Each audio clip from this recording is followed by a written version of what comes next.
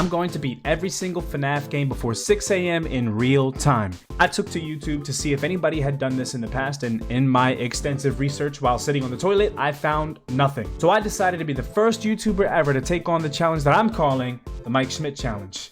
Since Mike Schmidt's the one that you play as in the first like 5 games, 6 games, depending on how you accept the lore. But anyways, I not only decided to take on this challenge, I decided to do it while live streaming. By the way, you should totally follow me on Twitch. I just got affiliated literally like the morning of recording this video. So go ahead and follow me on Twitch so you can keep up, because I'm going to be doing more stuff like this in the near future. So the stage was set. I had my caffeine of choice, which was Blue Raspberry Sneak, not a sponsor yet. I hit the go live button, and of course we started off with the classic Five Nights at Freddy's 1.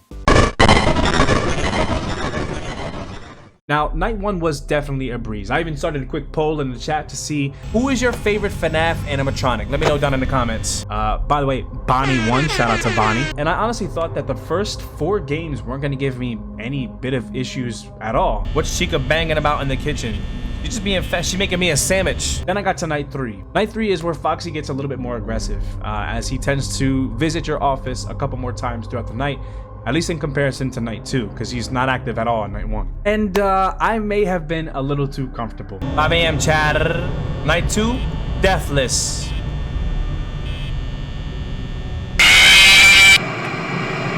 I completely forgot that if you don't check on Foxy, at least from time to time, he will straight up teleport to your door. You don't get any sound cues. You don't hear the typical Foxy, you know, running up to your office on the left side. He just shows up there uninvited. So that set me back a couple of minutes. But I mean, honestly, after that, it was pretty much smooth sailing until you get to night 5. Now, while I didn't die on night 5 during this challenge, the battery usage was pretty extensive. Come on, W Phantom in the chat. W Phantom in the chat. W Phantom in the chat. Come on. Come on. W Phantom. W Phantom. W Phantom. W Phantom. Freddy's gonna sing. He's gonna stall it. He's gonna stall it. Let's go! Now, to combat how aggressive the animatronics are on night 5, I let Bonnie and Chica do whatever they want, because if they show up at your door, you get the classic stinger. You shut the door in their face, send them back to the lobby. Foxy and Freddy work a little bit differently. Foxy, we all know what to do. Just keep him on your camera. If you hear him running, shut the door in his face, you're solid. Freddy, however, can literally teleport. Now, you can catch him on some of the other cameras should he move from the main stage, but I like to keep him on the main stage just because that's the furthest point from you, and you have the most time allotted to you should he move after that, because he laughs 3 times before he shows up at your door. If he shows up at your door, you shut that door, you keep it closed for the rest of the night. He's not moving after that. At least I think he laughs 3 times. If somebody could fact check me down in the comments, I'd greatly appreciate it. So my suggestion is, if he leaves the stage, let him do his thing. Once he laughs 3 times, you know he's at your right side door, where Chica comes in. Just shut it, and honestly, hopefully it's like 5 a.m. because you're probably gonna have to cross your fingers at that point. I prefer not to beat the game like that, but hey, a dub is a dub. And with that, FNAF 1 was done. Moving on quickly to FNAF 2, you gotta do a lot of adjusting since the gameplay in FNAF 2 is much different than FNAF 1. While you still have the 2 side vents which replace your doors, you now have to pay attention to the front hallway where pretty much all the animatronics show up from time to time, especially Foxy. You also now have to pay attention to the puppet's music box, and that takes up a lot of time. My approach to any of the first 4 FNAF games is always the same. Even if I'm playing on night 1, I still pretend as if it's night 5 in my mind. So I'm opening up the cams, I'm winding up the music box.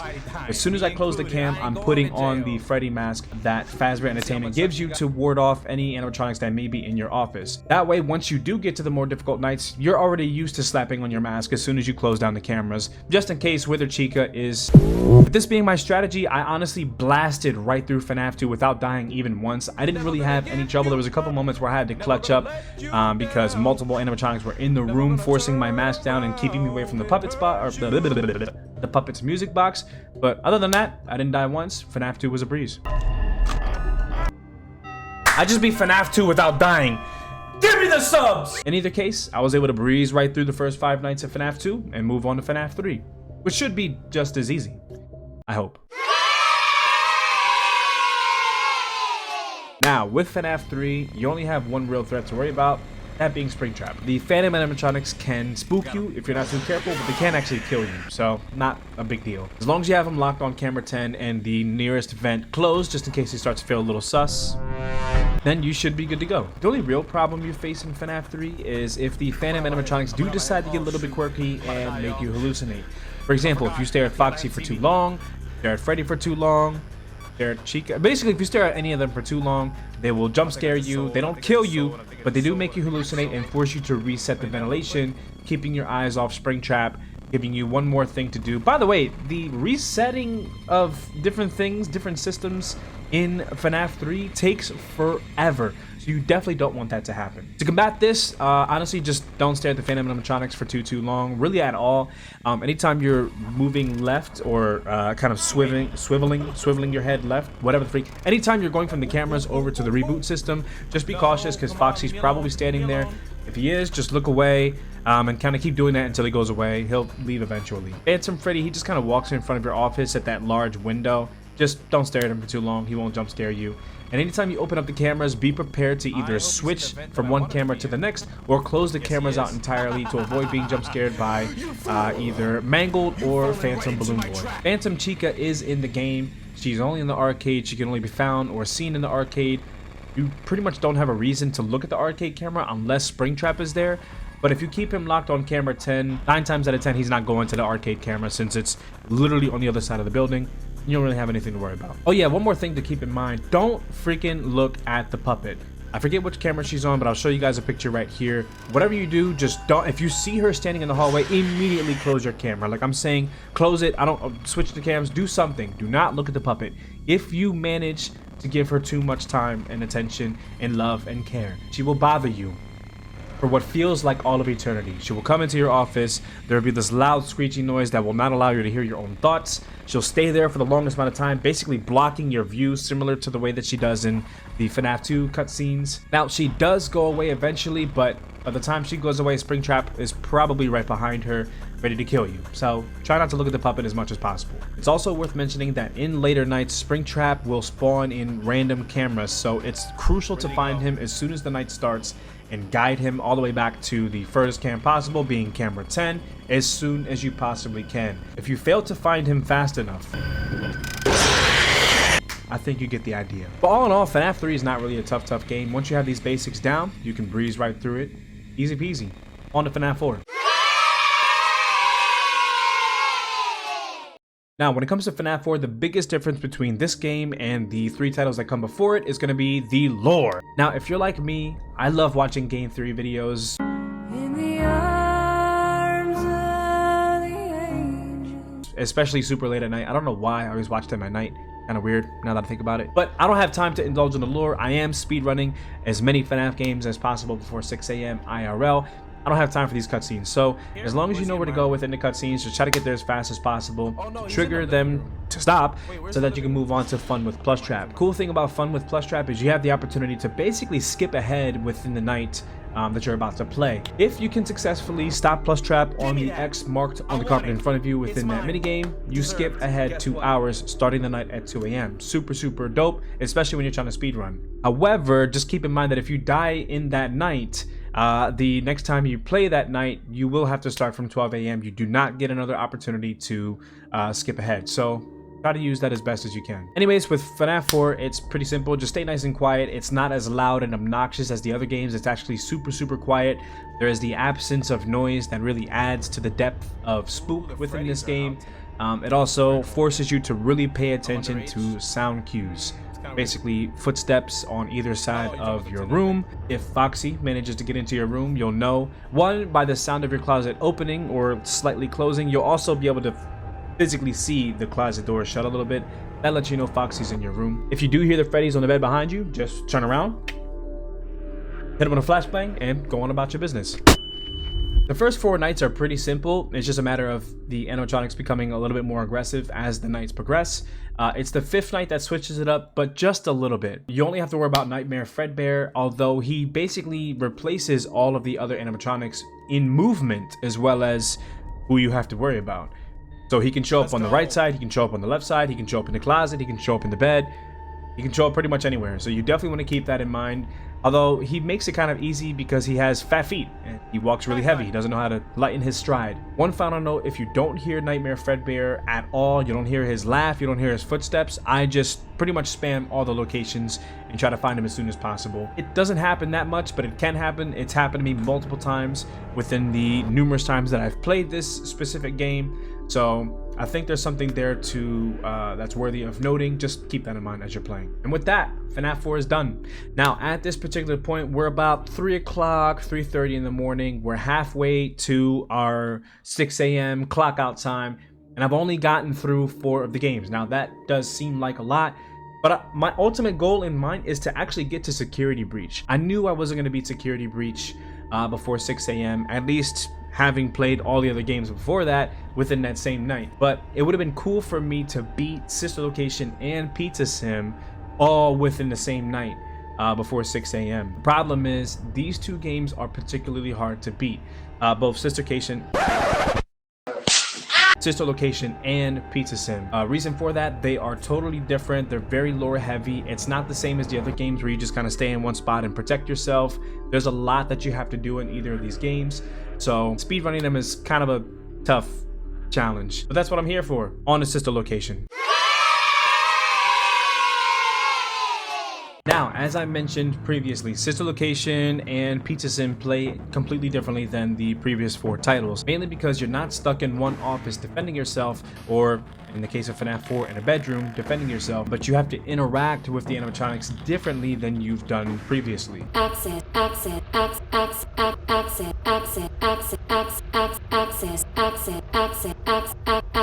denied. Let's go, DJ Phantom. Okay, you don't have to do that in the game. I was just goofing off because I just got done speedrunning 4 FNAF games in like under 3 hours, okay? I had to let off a little bit of steam. In any case, the objective remains the same. Get through the nights as fast as possible. There's a couple of nights where you have to open up the animatronics and actually perform maintenance on them. So this can be a little bit time consuming, not to mention the fact that you have to crawl to and from those offices where you perform those duties. Crawling to and from those offices can be a chore in and of itself, whether it's Bellora's Gallery or Funtime Foxy's Gallery. Now, Bellora's Gallery is actually easy because all you have to do is just listen. If you hear her music, stop in place. As soon as the music stops, you can continue moving forward. So that's not that bad. It's Funtime Foxy's Gallery that I had a hard time with. In Funtime Foxy's Gallery, you have to, just like in Bellora's Gallery, get from one side of the gallery to the next. The difference is you don't hear him whatsoever, or at least not as much as you hear Bellora. You're given some sort of flashbang to make sure Funtime Foxy's not standing in front of you.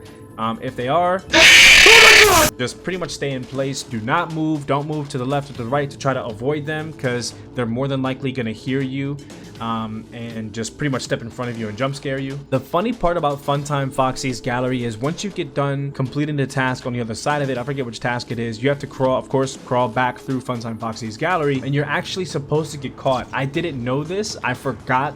It's been like almost a year since I played through Sister Location. I completely forgot that you're actually supposed to die, because then you are taken from there and stuffed inside one of the older animatronic endoskeletons with the old-fashioned spring locks, thus kicking off Night 4. In Night 4, you basically just have to keep the spring locks from going off. All the while, you got Minarinas constantly climbing into your suit. I don't know why they do this. There's also 2 Minarinas that are going to constantly try to climb up to like the top of your head. I don't know how that kills you, but if they do get too high, just shake them off. Keep the spring locks from going off, and you should be good to go when it comes to Night 4. Once you're done going through all of this traumatic, life-altering nonsense, you get treated with the special spa-like treatment from Fazbear Entertainment of getting scooped, turning into a zombie with neon purple eyes. With that, Sister Location is done. At this point, we move on to my toughest challenge yet: speedrunning Freddy Fazbear's Pizzeria Simulator. Now, when it comes to Freddy Fazbear's Pizzeria Simulator, or Pizza Sim for short, you have the opportunity of building the pizzeria of your dreams. If that is a dream of yours, I guess. Now, there are 3 issues when it comes to speedrunning Pizza Sim. Number 1, it takes forever. If you're trying to go for either of the endings, so to speak, when it comes to Pizza Sim, you have to spend time buying certain things for the pizzeria, placing those things down, even taking the time to play test some of the games that you put down, because if you get high scores in those games, you get money.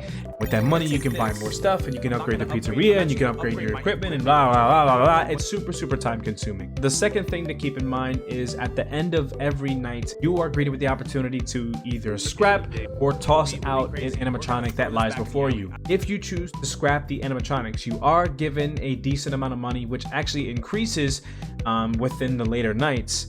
But you also have to deal with those animatronics during those nights. So on the one hand, you get more money to pour back into your pizzeria. On the other hand, you're probably gonna die. Pizza Sim is totally different when it comes to the office gameplay. The reason being, the animatronics can only get into your office via the two vents, one on your left, one on the right. However, they are as silent as a mouse. Not to mention, you got this super loud computer in front of you. All the tasks, minus the plumbing tasks, are like ridiculously loud. You have the advertisement. This is my second take trying to say advertisement. You have the advertisements that I'm pretty sure you accepted because more money equals more cooler pizzeria. And if at any point any animatronic gets too close to your office, your best bet is shutting off the fan, which makes your room that much hotter and could possibly kill you if you don't turn the fan back on fast enough, and shutting off your computer, which keeps you from completing any of the tasks and going home at the end of your shift. Very time consuming. I'm pretty sure a lot of you guys are not gonna like that that's how I chose to go about defeating Pizza Sim. But again, keep in mind that it was about 5:30 when I got done with Pizza Sim. And listen, I don't think any of us are gonna wanna play Freddy Fazbear's Pizzeria Simulator at 5 a.m. That's just, no, absolutely not. At 5 a.m. I can hardly speak. But with that, Pizzeria Simulator was done. We still got 30 minutes left on the clock.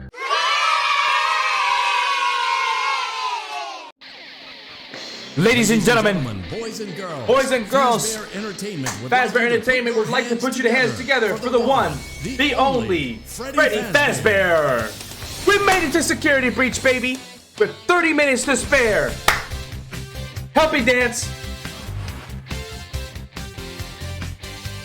With 30 minutes being the only time I had left before I ended stream and went to get some well-needed shut-eye, I decided to just cruise around the Pizzaplex for the rest of the night, or morning, or whatever. I'm honestly exhausted just thinking about it. But this got me thinking, because Security Breach is such a lengthy game to play, given how interactive it is, and how you literally have to run from one end of the Pizzaplex all the way to the other side, and all the way back to pretty much do anything in that game, I've decided I'm gonna run this challenge back, where I try to beat Five Nights at Freddy's Security Breach or 6 a.m. in real time. If you guys want to be a part of that, it will be another live stream, so go ahead and follow me on Twitch, subscribe to this YouTube channel because I do stream on YouTube as well, or Kick, whatever you prefer. All the usernames should be right in front of you, hovering over my face right about now. I'm gonna pull them away to say it was a blast to do this the first time around. We had an incredible time. I'm honestly shocked at how many people turned up. Just from my original kind of crew of people who normally show up to the live streams, we met so many people. I think I gained about 50 subscribers that night just from that one stream. And I'm trying to tell you, there was not a dead moment in the chat. They were absolutely live. They were having a ton of fun. We were just having a great old time. I would love for you to be a part of it, so subscribe, follow me wherever you watch live streams, and I'm gonna catch you on the next one. Peace. Wow.